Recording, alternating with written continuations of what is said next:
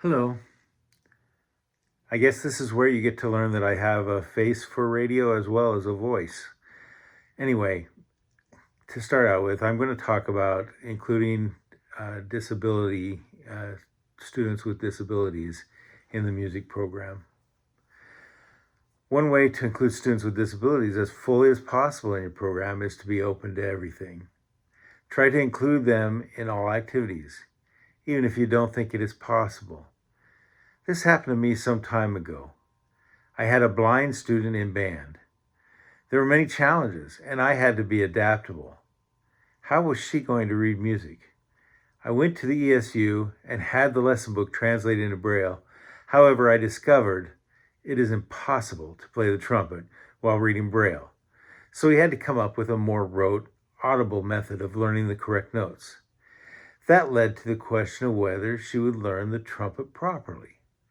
As a blind student, she had good hearing and had no problem playing the correct pitches.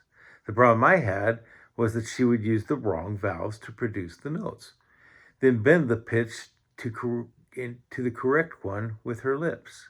Now, that sounds like a normal problem that we have with all of our students, but she was very good at bending the notes into pitch and everything. The problem was her tone would then suffer from that as she was doing it. The result of that was basically just like all students, it required a lot of time and hard work and constant going over it and finding the correct pitches and the correct fingerings and telling her that while I was going through the lessons. Now, I did figure that out, and then I went on to decide whether I would have her in marching band. And we developed a shepherding system where one or more of the talented marchers stood next to her, and she stayed with the one talented marcher by touch and sound. Each of these obstacles required adaptability, openness to new ideas, and creative thinking. So the same is true now, being open to disabled people learning music. One thing I have seen in my current substitute teaching experiences that I like was at one of the Millard Public High Schools. They have an entire period during which they bring in students with disabilities of varying degrees and allow them to experience and learn music. Some of these students are nonverbal. Some are severely physically disabled.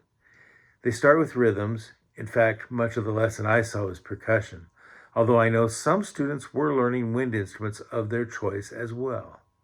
Other students, not disabled, were helping with these tasks, especially as they broke into groups to learn the various instruments. It was amazing what these students were learning and the joy they had in experiencing it at the same time. I believe it is important to ask the disabled students what they would like to do. And don't let your prejudices allow you to prejudge what they can and cannot do. Instead, ask yourself, how can I help facilitate it so the student can do this? In the end, the student will likely surprise you. Incidentally, that blind student marched with our band at the state marching competition that year.